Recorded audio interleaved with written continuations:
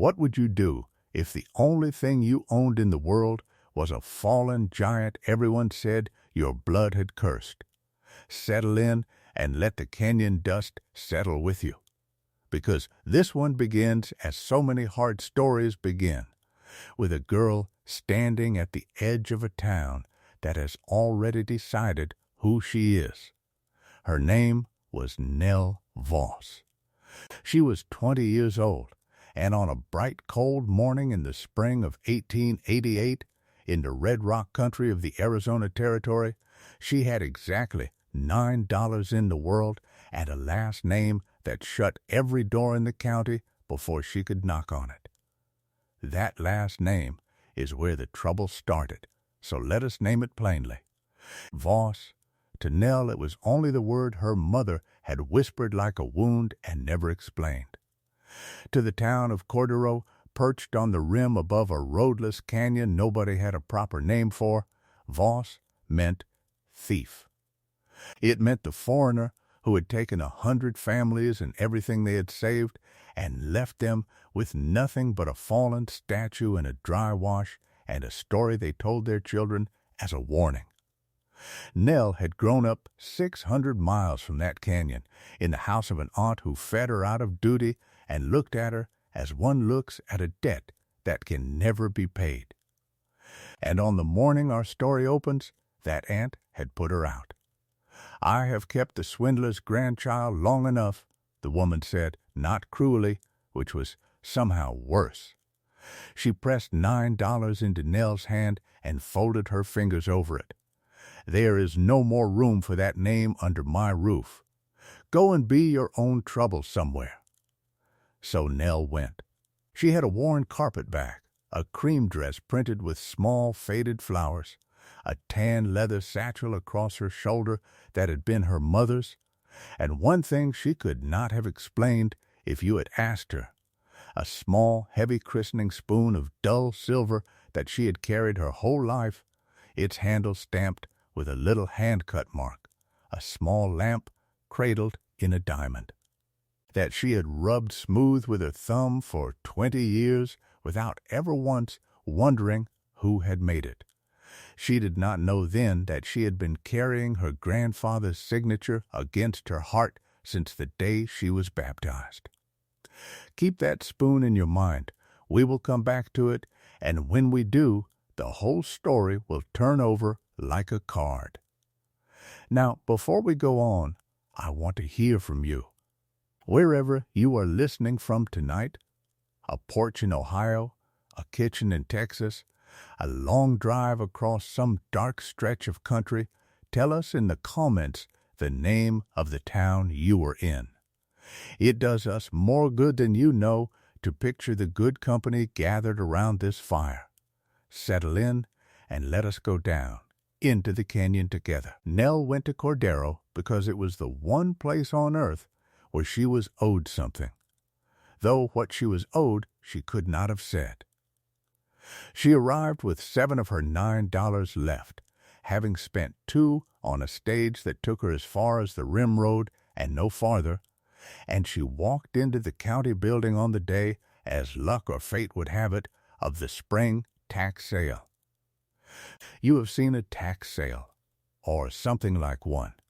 A clerk in sleeve garters reading off parcels in a bored sing-song, a handful of ranchers and speculators along the wall, a spittoon, a ledger, the smell of dust and lamp oil. Lots came and went. A quarter section south of the creek, a defaulted mercantile, a string of town lots that a man in a good coat bought without lifting his eyes from his newspaper. And then the clerk came to the last lot on the page, and something changed in the room. The men along the wall began to grin at one another before he had even read it. "Lot 41, the clerk said. He cleared his throat, the fallen giant in the wash. The statue and the ground it lies on, being the old Meridian Monument parcel, no road access, sold as is for back taxes owing. Do I hear a bid?" The room laughed, not a big laugh, an easy, familiar one, the laugh of men enjoying an old joke they had all heard before. A land agent leaning by the window, a heavy-set, friendly-faced man named Gideon Harker, spoke up for the benefit of the crowd. "Careful now, boys," he called. "Whoever buys that buys a monument to a city God forgot to build. 40 tons of green metal at the bottom of a hole no wagon can reach. You cannot sell it, you cannot move it, and you cannot even climb down to spit on it without breaking your neck." More laughter. "Do I hear $1? Do I hear a nickel? Will nobody say a kind word for the thief that made it?" And Nell Voss, who had come 600 miles carrying a name like a stone, heard herself say into the quiet, $9. The room turned. She watched them read her, the shabby dress, the girl's face, how she held the satchel as if it were the last solid thing in the world. And she watched the exact moment the clerk found her name on the paper she had signed at the door and looked up and understood, and the grin died on his mouth. "Voss," he said. $9, she said again. "That is everything I have. Is there another bid?" There was not. Of course there was not. Nobody else in that county would have taken the fallen giant as a gift, let alone paid for it, and now the joke had a new and better ending. The swindler's own grandchild spending her last $9 on her grandfather's shame. The clerk wrote it down with a hand that had stopped being amused. Gideon Harker by the window was not laughing any more either. He watched her sign, and there was something in his heavy face that on a kinder man you might have called pity. "Girl," he said, not unkindly, as she turned to go, "there is nothing down there. You understand that. Men have been down that wash. Whatever your grandfather did, whatever he took, it is long gone. That thing is a hollow shell in the sand. You have bought yourself a headstone. Then it is my headstone," Nell said, "and I will go and look at it." Now here is what she had bought, and I am going to tell you true, because you will need to see it as she saw it to feel what happened next. 20 years before, in the years just after the war, a company of well-dressed men had come into this country with maps and speeches and a beautiful printed prospectus, and they had sold a city. They called it Meridian City, the coming capital of the whole territory, and on paper it was a wonder. Broad avenues and a domed state house and a railroad spur running straight to its heart. They sold subscription deeds to it, as men sold shares in a mine, and they took the savings of 100 families up and down that country, homesteaders and shopkeepers and widows and old soldiers, every dollar folded into a single pooled fund, the Meridian Endowment. That was to build the streets and the water and the fine public buildings of the capital that was coming. And to prove it was real, to lend the paper city the weight of permanence, the company commissioned a monument. They hired an immigrant sculptor, a foundryman lately come from the old country, a quiet, big-handed man named Anton Voss, and they set him to cast a Colossus.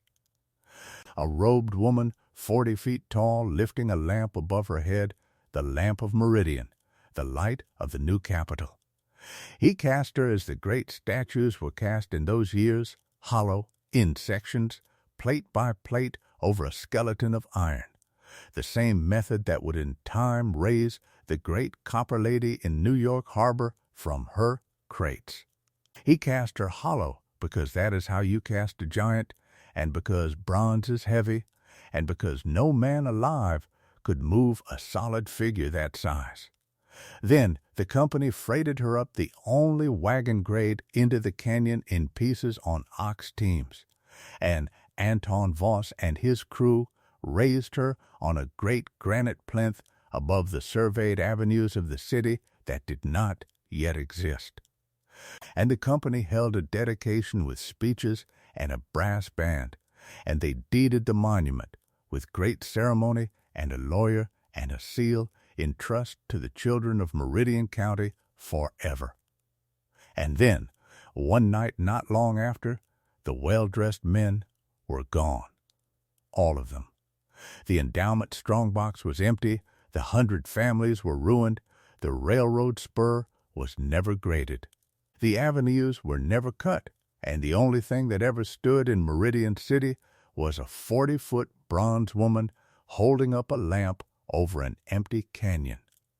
The company blasted the wagon grades shut behind them with black powder so no sheriff could follow the road out, and vanished into the wide country as such men do. And the town, needing someone to hate who had not already escaped, settled on the one man who had stayed long enough to be blamed and was foreign enough to blame. Anton Voss, they said, the sculptor, the thief, ran off with the endowment. Good riddance to him. That was the story Cordero had told for 20 years. That was the name they had hung on a baby girl 600 miles away who had never seen the canyon. So you understand what Nell Voss believed she owned, walking out of that county building with a receipt for $9 in her satchel. She believed she owned a monument to a lie, made by a man her whole life had taught her to be ashamed of. She had to hire an old man to even get her down to it. There is a saying in that country, and an old prospector named Ezra Pruitt said it to her the morning he led her down the goat track. That was the only way into the wash now that the grade was blasted shut. Said it looking down at the great green shape half buried in the sand below them. Said it as a man says a thing he has said too many times. A giant that falls face up, old Ezra said, is still watching the sky. He spat. Remember that when you were down there, girl, some things you bury looking down. That one they buried looking up. She did not understand him yet. She wrote it down in her mind anyway, as you keep a coin you cannot spend. She would understand him before the end. So will you. Then she came around the last shoulder of red rock, and she saw it, and I will say that for all her hard traveling, for all her practice at not letting things move her, Nell Voss stopped and put her hand over her mouth. The canyon floor was a wide, pale wash of cracked sand under a cobalt sky, the red walls burning warm in the late morning sun and lying full length across it. Face turned up to the light was the giant. She had heard 40 feet, and it had meant nothing. Now she saw a bronze woman as long as 3 freight cars laid end to end, toppled from the crumbled ruin of her granite plinth, one great arm still lifted with the lamp in its hand reaching up out of the drift sand as if she had fallen mid-stride and was reaching for something in the sky. The plinth had given way in some wet winter, and she had come down, not shattered, but slipped, canting hard onto one shoulder that had cracked open along an old seam, the sand banked to what would have been her knees. Her whole vast face was turned upward, calm, patient, the bronze gone green and black with the verdigris of 20 years. And that is where Nell first meant to end it. Because seen up close, the giant was smaller than the legend and sadder, corroded and cracked and pitted, the great lamp dinged and dull, and set into the foot of the figure, where it met the sand, was a squat riveted hatch, a founder's access hatch the size of a stove door, fused shut with a lip of old gray solder and sealed over that with a disk of hard black wax stamped with a little mark she could not read. She knelt in the sand and pushed at the hatch, and it did not give by a hair. The valley was right, she thought, a hollow shell.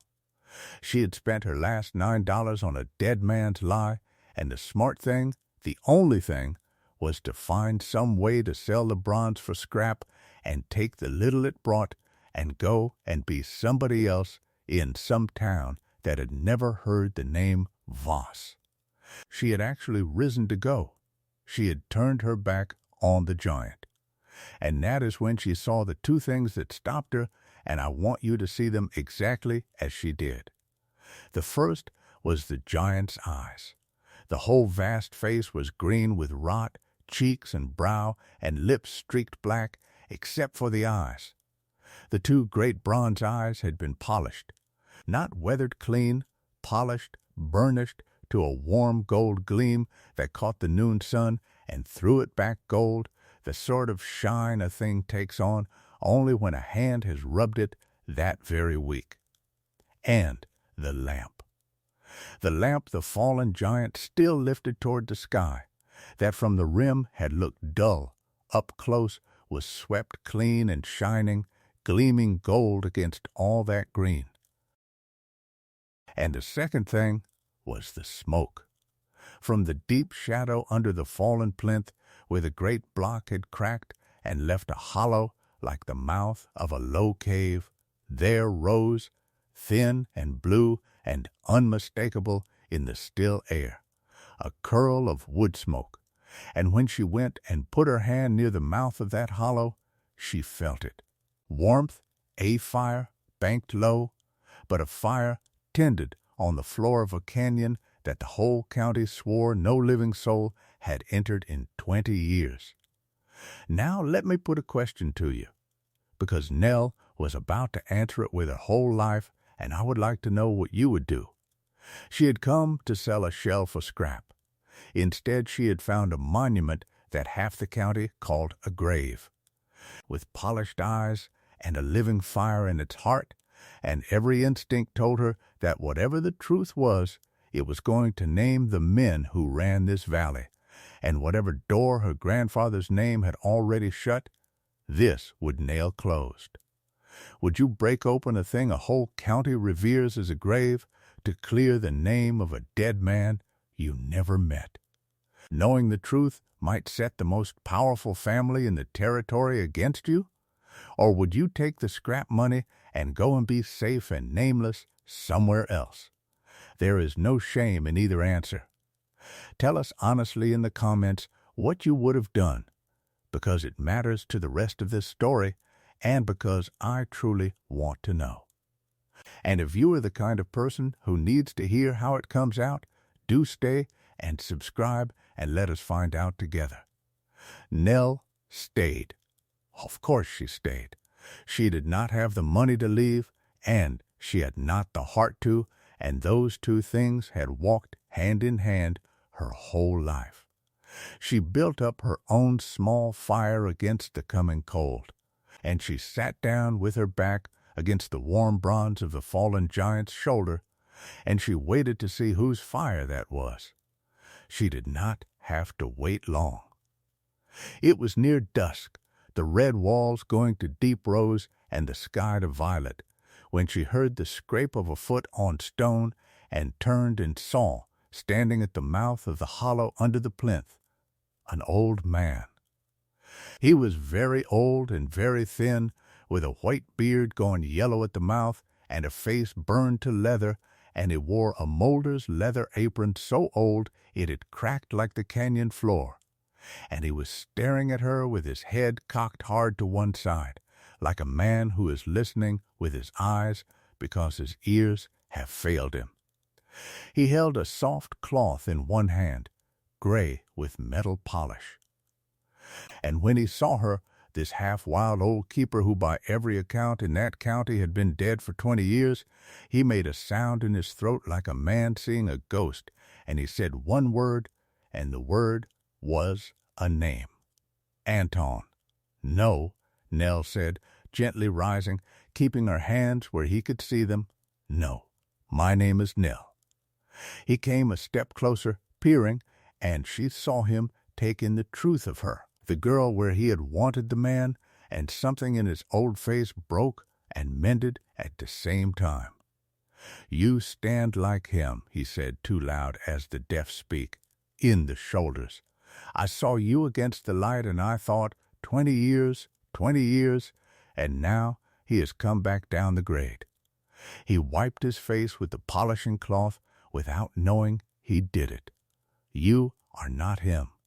Who are you? Nell said, slow and clear so he could read her mouth. Thaddeus, he said, Thaddeus Cray. I keep the lamp. He said it simply, as another man might say he kept sheep. I have kept it 20 years. Who are you, girl, that stands like Anton Voss? And Nell Voss, who had spent her whole life flinching from the name, lifted her chin and gave it to him whole. I am his granddaughter, she said. I bought this. I bought him. Tell me what I bought. The old man Thaddeus Cray sat down slowly in the sand as though his legs had been cut, and he began, that night, by the two small fires, to tell her.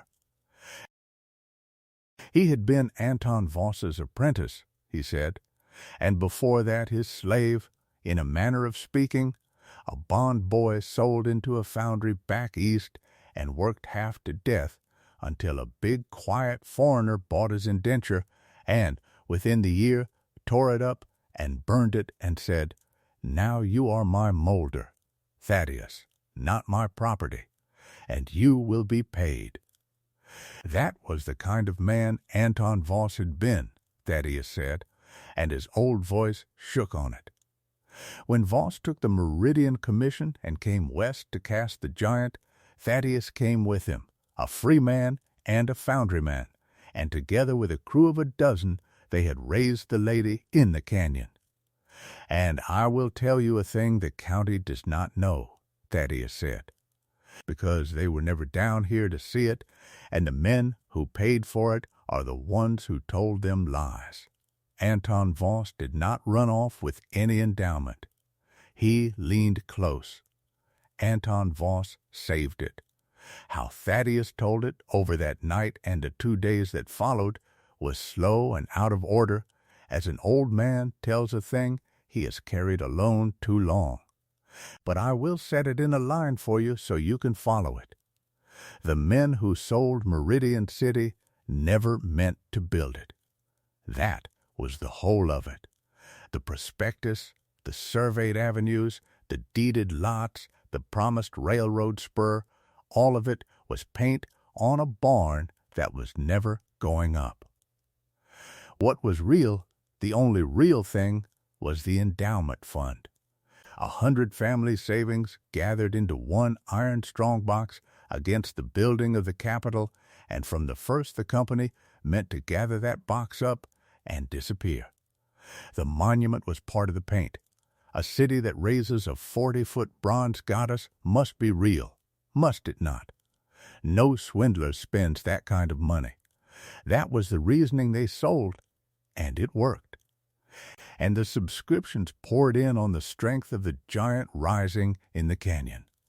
But they had made one mistake, and the mistake was Anton Voss. They had thought they were hiring a foreign craftsman who would cast their statue and take his fee and understand nothing. What they had hired was a careful man who kept accounts and who, in the last weeks before the dedication, working late in the company office over the founder's contract, had seen the subscription ledger left open on a desk, and had read in it the names, 100 names, families he had come to know, the storekeeper who fronted him nails, the widow who did his washing, the old soldier who watered his ox team, each of them down for their savings, and had understood. All at once and with a cold that never left him, that not $1 of it was ever going to be spent on a street or a schoolhouse. It was going to walk out of the canyon in an iron box. He came to me, Thaddeus said, the night before the men were to leave. Though I did not know then they were leaving. He was gray in the face. He said, Thaddeus, we cast her hollow, did we not? I said, Of course, boss, you cannot cast a giant solid. He said, How much will the ribs of her hold? And I did not understand him. And he said it again, slower, How much weight, Thaddeus, will the inside of her hold? in the chest, in the belly, where a man's hand can reach through the founder's hatch and no farther. And then I understood him, and I was afraid, and I said, "Boss, that is their money." And Anton Voss looked at me. Here the old man stopped, and his eyes were wet, and he spoke it as you speak Scripture. He said, "No, it is theirs, the family's. And they are going to take it, and I cannot stop them, and no sheriff in this territory will catch them. But I can put it somewhere too heavy to carry and too worthless to steal, and I can wait, and someday an honest soul can give it back." And that night, Thaddeus said, the two of them did it. They opened the founder's hatch in the base of the giant, and they carried the endowment out of the company's strong box in the dark, coin and note and dust, and they packed it up into the hollow ribs of the bronze woman in straw and oilcloth, share by share. And Anton Voss labeled every share by name off the subscription ledger in his own careful hand, and he took the ledger too, the ledger that proved the fraud in the company's own writing, and he sealed it all inside her.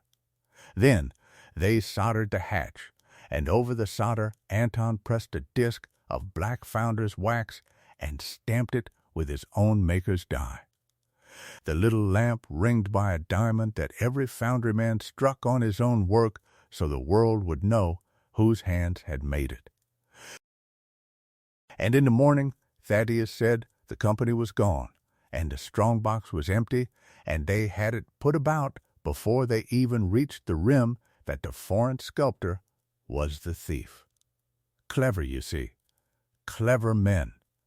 If the box is empty and a foreigner has stayed behind, why, there is your thief, and the honest men who took the road out are only victims like the rest. And the town believed it, because it is easier to hate a stranger than to admit you were made a fool of by your betters.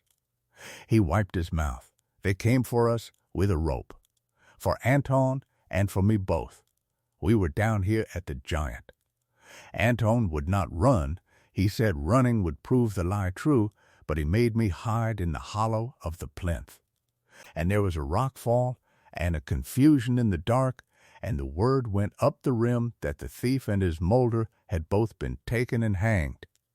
It was not true. It was only that no one ever came back down to look.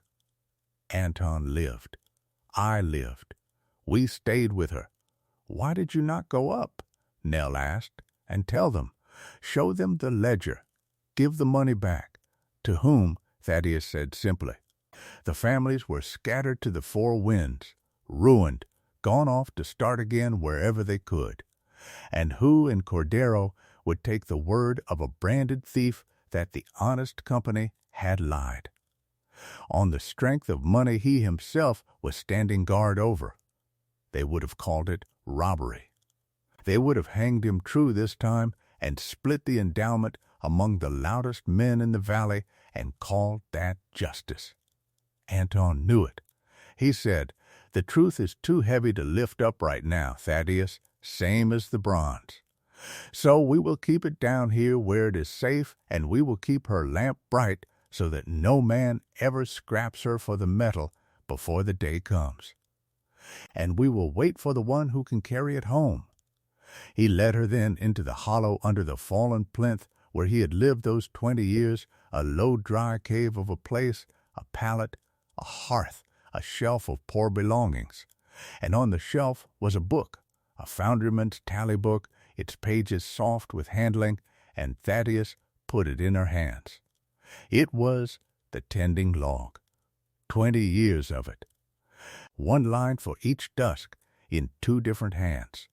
The early years were in a square, careful, foreign-schooled hand, and Nell knew whose without being told, and the later years were in the old man's cruder scrawl, and the line was nearly always the same 3 plain notes written over and over across 2 decades like a prayer said so many times the words wear smooth. Lamp bright. Names safe. Debt waits. He wrote it every night until the winter he died, Thaddeus said. 9 years he kept her with me. He is buried yonder under the red rock, and I put no marker, because a marker would have a name on it, and the name was not safe yet. And I have written the line every night since, alone, 11 years of dusks. Lamp bright, names safe. Debt waits. The old man looked at her, and the whole of his long waiting was in his face. And now here you stand in his shoulders, girl, his own blood come down the grade at last, and I am half afraid to hope it. Did he send you? Did the old man reach out of the ground and send you down here? No one sent me, Nell said. I had nowhere else that owed me anything. But even as she said it, her hand had gone, as it had gone 10,000 times in her life without her noticing, to the small, heavy spoon in her satchel, and she drew it out to show him she had come with nothing but this, and the firelight caught the worn silver, and old Thaddeus Cray made that sound in his throat again, the ghost sound, and reached out one shaking finger and touched the little stamp on the handle, a lamp inside a diamond. Where, he whispered, did you get his mark? His, Nell's own voice had gone strange. This is my christening spoon. I have had it since, before I can remember. My mother said it came from my grandfather, that he sent it when I was born, that it was the only thing of his I would ever have. She never told me why he made it. She never told me anything. She stopped. She turned the spoon in the light. That lamp, that diamond drawn round it, the same mark that was pressed into the black wax on the hatch of the giant not 30 feet from where she sat. He cut that die with his own hands, Thaddeus said. There is not another like it in the world. He struck it on every piece he ever made, so the truth of who made a thing could never be argued. And he sent you his mark, girl, 20 years ago, to a baby he would never see. 600 miles away, he sent you the one thing on earth that proves what is his and what is a lie. The old man was weeping now without shame. You have been carrying his signature against your heart your whole life and never knew it. He chose you. Before you could walk, he chose you to be the one who came and gave it back. I told you we would come back to the spoon. Sit with that a moment, because Nell had to. Everything she had been taught to be ashamed of, the name, the blood. The story of the thief turned over in that instant like old Ezra's giant and lay there face up, watching the sky, and it was not shame at all. It had never been shame. It had been a debt kept honest for 20 years by two poor men in a hole in the ground waiting for her. They did not sleep that night. Near dawn Nell said the thing they had both been circling. Then, it is still in there. All of it, inside her. Unless a thief has gone where no thief will go, Thaddeus said. Bronze is worth nothing a scrap 600 miles from a smelter. Girl, it would cost more to haul her out than the metal would ever fetch. That is why she is still here. That is why he chose her. He hid 100 families' gold in the one strong box on earth too heavy to carry and too worthless to want. A slow, wet, wondering smile cracked the old leather of his face. The cleverest safe ever built. And the only key is a hand that wants to open it for the right reason. So they opened her. It took the two of them the better part of a day, and Nell would remember it the rest of her life. They worked in the bright noon, the sky a hard, clean cobalt over the red walls. The sand pale and cracked and hot.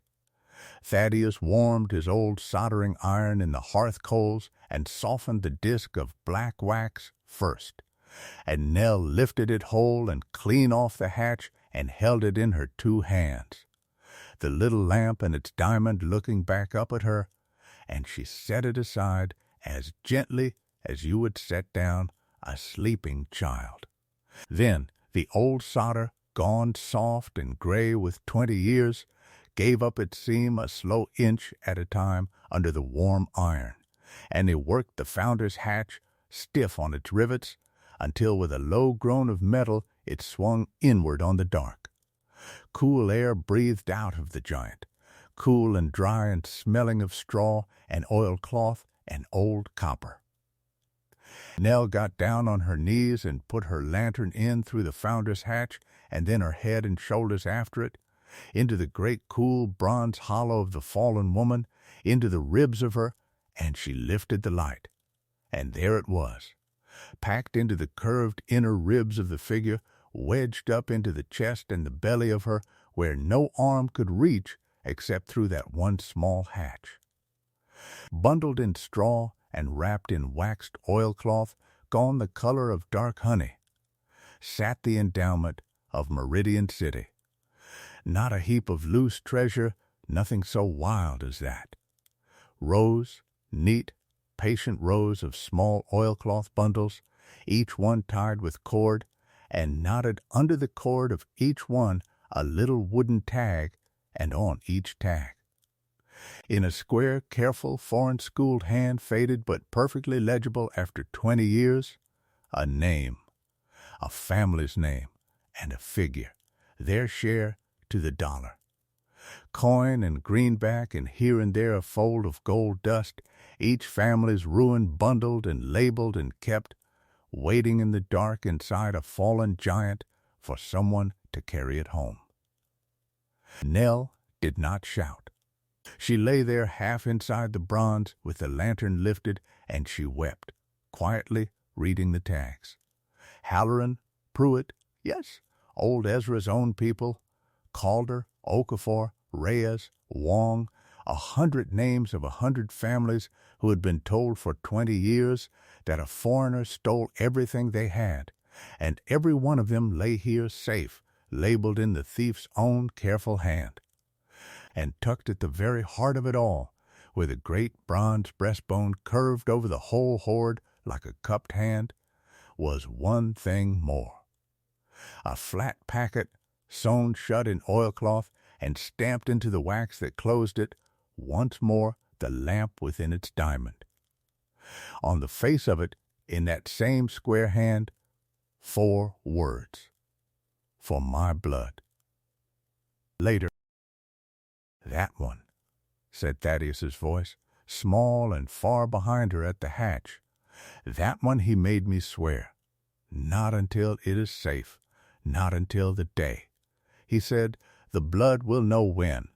Nell drew it out, but she did not open it. Not yet. Some part of her knew, as you know a storm before it breaks, that this packet was the end of the story and not the middle, and that the middle was not finished. Because 100 families cannot be given back their lives quietly. Word of a thing like this cannot be kept, and word, as it happened, was already climbing the goat track. It ran up the goat track as fire runs up dry grass. Nell had gone up to Cordero, you see, because you cannot give 100 families back their savings without first finding out where 100 families have scattered to. And she had gone to the one place a body starts, the county recorder's office, to ask after the old subscription rolls of Meridian City. She had not shown anyone the gold. She had not needed to. She had only laid the thief's own tending log on the recorder's counter and asked, in a steady voice, whether the county kept any record of where the ruined subscribers of 1868 had gone. And she had signed the request book, and she had signed it Voss. By nightfall, the whole rim knew that the swindler's granddaughter had climbed down into the fallen giant and come up talking about the endowment as though it still existed. And by the next noon a man who had spent 20 years making very sure that Story stayed dead was on the road to Cordero in a fine spring buggy. His name was Harlan Reddick, and I want to be fair to him because the frontier made its villains out of ordinary greed and not out of horns and fire. 20 years back, he had been the youngest and smoothest of the Meridian Company men, the one who wrote the beautiful prospectus and shook the hands and signed the subscribers into the rolls. He had not fled with the others. He had done the far cleverer thing. He had stayed in the territory, quietly, and let the foreigner take the blame, and he had used his stolen share of that ruined endowment to become exactly the sort of man no one accuses of anything.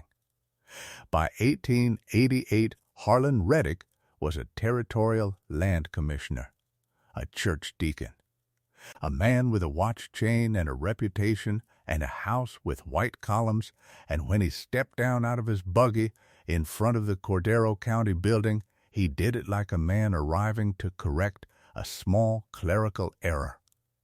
He had brought a lawyer, and he had brought, by unlucky chance for himself, the law for the United States Marshal, a spare gray man named Byrne.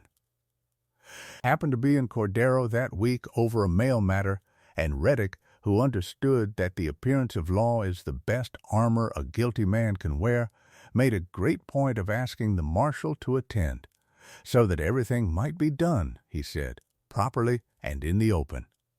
So it was done in the open. That is the part Harlan Reddick would come to regret. They gathered at the rim above the wash, a good crowd of them, because word of gold empties a town onto a road. The marshal, the commissioner, the lawyer, Gideon Harker, the land agent, old Ezra Pruitt, and behind them 30 or 40 of the townsfolk who had walked past the fallen giant story for 20 long years and never once asked why. And down the narrow goat track came Nell Voss in her cream dress with the satchel across her shoulder, and beside her, blinking in the open daylight he had not stood in for 20 years, one hand on her arm, old Thaddeus Cray. Harlan Reddick spoke first, warmly, sadly, as a good man speaks of a hard duty. "Miss," he said, "I am glad the marshal is here to see this handled with kindness, for I bear you no ill will, whatever your grandfather did. But you must understand what you have found. That monument and everything within it are the last recoverable assets of the Meridian City Land and Improvement Company, of which I am the sole surviving officer and trustee. The endowment your grandfather concealed was never his, and it is not yours. It is company property, and as such it reverts to the company's successor in trust, which the courts will find to be the incorporated interests of this county, of which I have the honor to serve. I am here to recover it lawfully, on behalf of the people it was always meant to serve." He turned, spreading his hands to the crowd. "I mean to see this old debt paid to the county at last. Surely no one here objects to that. It was very good. It was 20 years of practice." And the crowd, who liked the sound of money coming to the county, murmured that it sounded fair enough. Nell Voss let him finish. Then she said, quietly, so that they all had to hush to hear her, "The company that never built a city, the company that took 100 families' savings and blasted the road shut behind it. You want to recover that money now, sir, on behalf of the people it was meant to serve." "That is precisely my duty," said Reddick. "Then you will not mind," Nell said, "if we let the giant say who she belongs to. Because a bronze does not lie, and a paper does not lie, and I have both. She had Thaddeus bring it forward, all of it, and she laid it out on a trestle board there on the rim in front of the marshal in the bright noon for the whole valley to see. First, she showed them the giant's mark. She had made a rubbing of it in soft graphite. The founder's mark struck into the bronze at the base of the figure as every foundry man in that century signed his work, the same custom that put the makers' names on the great cannon and the church bells and the copper lady lately raised in New York Harbor. a lamp inside a diamond. Then she laid beside it the deed of gift. Old Ezra had known where it was, for it had been read aloud at the dedication 20 years ago and filed, forgotten, in the county book, and no one had thought to look at it since, because no one had thought the fallen giant was worth an argument. It was a proper deed, drawn by the company's own lawyer, sealed with the founder's own die, and it said, in the flat language of the law, that the monument known as the Lamp of Meridian was given and dedicated in perpetual trust to the children of Meridian County, and that should the said city of Meridian fail ever to be incorporated, title to the monument should not revert to the company nor to any officer or successor thereof, but should remain forever the lawful inheritance of the county's children. "You wrote this, sir," Nell said to Reddick, "or your lawyer did, and you sealed it to make the fraud look permanent, to make it look as though men who would build a 40-foot monument to a city surely meant to build the city too. You made it a gift so no one would doubt you, and a gift, Marshal, cannot be ungiven. Meridian City was never incorporated. There is no town. There is no company successor. By this deed, in the commissioner's own seal, the giant was never his to claim, and never the county's to sell, and never town property at all. She belongs, and everything her Maker put inside her belongs, held in trust, to the young of this valley, which is exactly, sir, the 100 families you ruined." The marshal picked up the deed and read it slowly, and the crowd had gone very quiet.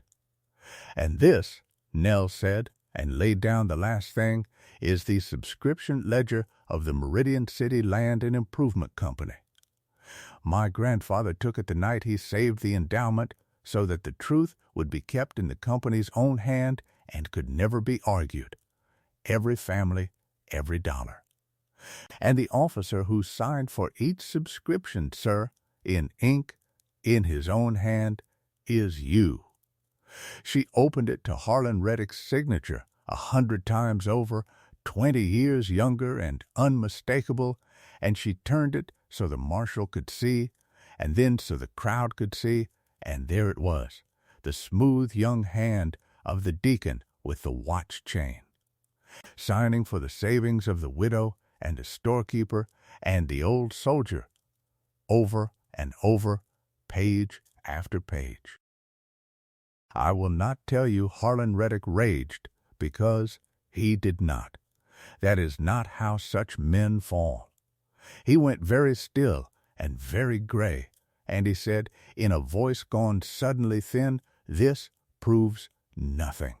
Anyone may keep a book," and even as he said it, he heard how it sounded, and so did every soul on that rim. The marshal closed the ledger. "Commissioner," said Marshal Byrne, "without heat, I think you had best come with me and answer some of this in front of a judge." And that was all. There was no shot, no rope, no mob. There did not need to be. The valley simply looked at Harlan Reddick, all of it at once, and saw him plainly for the first time in 20 years, and that was a heavier thing than any noose.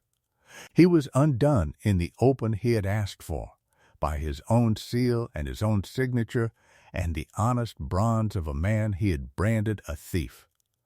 He was led away to answer for it lawfully, which is the only kind of justice this channel has ever cared for, and the fine spring buggy went back up the road empty. It was Gideon Harker who came to her after, the heavy-set land agent who had stood at the auction window and told the room she had bought herself a headstone. He turned his hat in his hands a while before he found the words, as a decent man does when he must walk back something he said. "Miss Voss," he said, "I told you there was nothing down in that wash. I told you that you had bought a grave." He looked past her, down at the giant lying with her lamp lifted to the noon. I have been in this county a long time, and I walked past that story every day of it, same as everybody, and never once asked why a thief would go to the trouble of polishing a statue's eyes. Not once. He put his hat back on. You asked. That is the whole difference between you and the rest of us, and I am ashamed it took a girl your grandfather never met to do it. Whatever you need in this valley from here on, you come to me first. I did not buy a grave, Mr. Harker, Nell said, and there was no anger in it, only the plain settling of an account. I bought a promise somebody kept. There is a difference, and now the whole county knows it. There is a thing old Ezra Pruitt said then, standing at the rim looking down at the fallen giant with her face turned up to the sky, and he said it soft to himself, and Nell heard it. A giant that falls face up, the old man said, is still watching the sky. And this time she understood him to the very bottom. Anton Voss had not buried the truth looking down, in shame, in the dark. He had laid it down looking up, patient, waiting for the light to find it. And after 20 years, the light had. Now, the packet. She opened it that night, alone by the 2 fires with Thaddeus, the flat oilcloth packet stamped with a lamp and diamond mark, the 4 words on its face, "For my blood." Later, inside was a single long letter in the square, careful hand, and an account to the penny of every share and where each family had last been known to live, and Thaddeus, who could not read the foreign schooling well, asked her to read it aloud, and she did. And I will give you only the heart of it, because some things are between a girl and a grandfather she never met. He wrote that he was sorry. That was the beginning of it. He had come to this country, he said, to make beautiful things, and had been used to make a beautiful lie, and when he understood what he had helped to dress, he could not undo it, could only refuse to let it be finished. He had hidden the money, he said, in the one place too heavy and too cheap to be stolen, and he had kept her lamp bright all his years so that no man would ever break her up for the metal before an honest hand could come. And then he wrote the thing that Nell read twice, once for Thaddeus and once silently for herself. I cannot carry it home, he wrote. I am the wrong hand. To this valley I am the thief, and a thief cannot give a stolen thing back. He can only be hanged for holding it. It must be one of my own blood, someone this country has not yet taught to hate, someone with nothing to lose and nothing to gain, and no reason on earth but the right one. I have a granddaughter I will never see. I send her my mark so that when she comes, and I pray she comes, the bronze and the paper and the silver in her own hand will all say the same name, and no man will be able to call her a liar. This is not gold I am leaving her. She must not keep $1 of it, and I think she will not, for I think she will be the kind that cannot. What I leave her is the one thing I could never buy back for myself. I leave her a good name to give away, for the one of my blood who comes to give it back. That was how he signed it. So, she gave it back. That is the whole of the ending, and it took the rest of that summer and the fall besides. She and old Thaddeus carried the labeled shares out of the joint one at a time and up the goat track and out across the county and the territory beyond it, to the scattered ruined families of Meridian City, tracked down one by one off the ledger and the recorder's rolls, the Hallorans and the Reyeses, and the Wongs and the Calders, and all the rest. Some of them 2 days' ride apart. Some of them gone to their graves and their shares carried instead to their children. She put each bundle into each family's hands herself, with the thief's own tag still tied to it in his own hand, so that they would know, every one of them, who had truly kept faith with them for 20 years, and whose name they owed an apology to. I will let you stand in the doorway of just one of those deliveries, because 100 of them will only turn into a number in your ear, and this was never a story about numbers. The first share she carried was old Ezra Pruitt's own.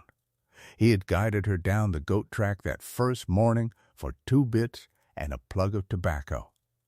And it was his family name she had read on one of the very first tags by lantern light inside the giant Pruitt.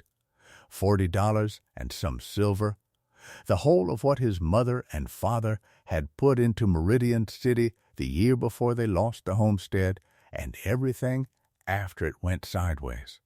So, when the delivering was done down in the wash, Nell walked up to the old prospector's lean to on the mesa with the bundle in her 2 hands and knocked on the doorpost. Ezra came out chewing, squinting, and looked at the little oilcloth packet and looked at her. "What is that?" he said. "It has your family's name on it," Nell said, "in my grandfather's hand. It has had your name on it for 20 years. The old man did not reach for it. He put his hands behind his back, in fact, like a boy told not to touch. My folks put money in that city," he said slowly. "I was a young man. It broke my father. He said to his dying day a foreigner took it. His voice had gone rough. You are telling me. I am telling you my grandfather kept it for you," Nell said. "Every dollar. He labeled it in the dark the night the honest men ran, and he lay down in the sand next to it and watched the sky for the rest of his life so no one would ever melt the giant down before I could bring you this. Take it, Mr. Pruitt. It was always yours. I only carried it up the hill." And old Ezra Pruitt, who had said the proverb to her that first morning as though it were only a saying, took the little bundle at last and held it against his chest with both hands as you hold a thing you had given up praying for, and the tears cut clean lines down through 20 years of trail dust on his face, and he could not say a word. What he did instead was turn and look out over the rim, down toward the wash where the great bronze woman lay with her face to the sky. And he took off his battered hat to her, an old man in the wind, bareheaded, holding $40 and an apology 2 decades late, saying thank you to a fallen giant the only way he had left. Nell stood with him until he could speak, and when he could, all he said was, "Your grandfather was a good man, girl," and Nell said, "Yes, he was. Tell the next fellow you meet who says otherwise," and Ezra Pruitt said he would, and by every account he did, up and down that country for the rest of his days. It went like that, more or less 100 times over. Some cursed the company, and some wept, and one old widow near the territory line would not believe it was real money until she had bitten a coin, and more than one grown son or daughter of a subscriber gone to the grave sat down hard on a step when Nell put the bundle in their hands. Because it is one thing to lose your father's savings, and another thing entirely to learn 20 years on that a stranger had knelt in the dark and kept faith with your family the whole time the world was calling him a thief. She took no fee. Gideon Harker, the land agent, who was an honest enough man once the truth was plain, told her plainly she was a fool, that she was owed a finder's portion by any law of God or man, that she could keep 1/10 of it and no soul would say a word. And Nell Voss only shook her head and said the thing her grandfather had already known she would say. "It is not mine," she said. "It never was. I only carried it home." There was one bundle she never delivered and never spoke of. Down at the very bottom of the hoard, under all the rest, there had been one small oilcloth share, with no family name on its tag at all, only that lamp and diamond mark stamped into the wood. She knew, or thought she knew, whose it had been meant for.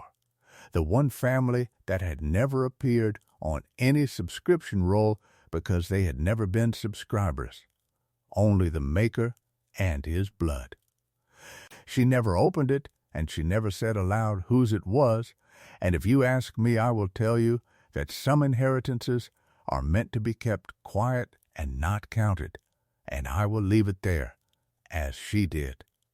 She stayed. Of course she stayed. Where else does a girl go who has finally found the one place on earth that is truly hers?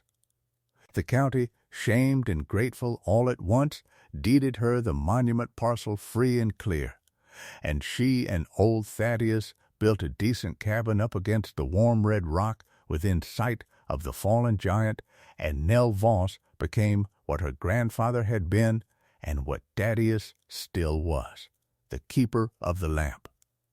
Cordero, which had shut every door in its walls against the name Voss, learned slowly and then all at once to say it with respect, and the children of the valley, the true owners of the giant by their own deed, came down the mended track on Sundays to hear the story of the woman in the wash who had watched the sky for 20 years. And every evening at dusk, as two older hands had done before hers, Nell Voss took down the foundryman's tally book and opened it to the next clean line and wrote the day's entry beneath 20 years of watching. She did not write the old 3 words. She had earned her own. She wrote that first night in a hand not yet as sure as her grandfather's, but the very same blood, lamp bright, name's home, debt paid. The giant was never the monument. What she carried was. Well, friend, you stayed with me the whole long descent into the canyon and the climb back up again, and I am grateful for the company, more than you know. Before you go, sit with me one more moment. If somewhere in this story you thought of a name your own family carries, a name someone once tried to make heavy, a debt kept quiet by somebody who loved you and never asked to be thanked, I would count it a kindness if you told us about it in the comments, because those are the stories that keep this fire lit. If the tale warmed you tonight, leave a like so another tired traveler can find their way to it, and tell us the part that stayed with you.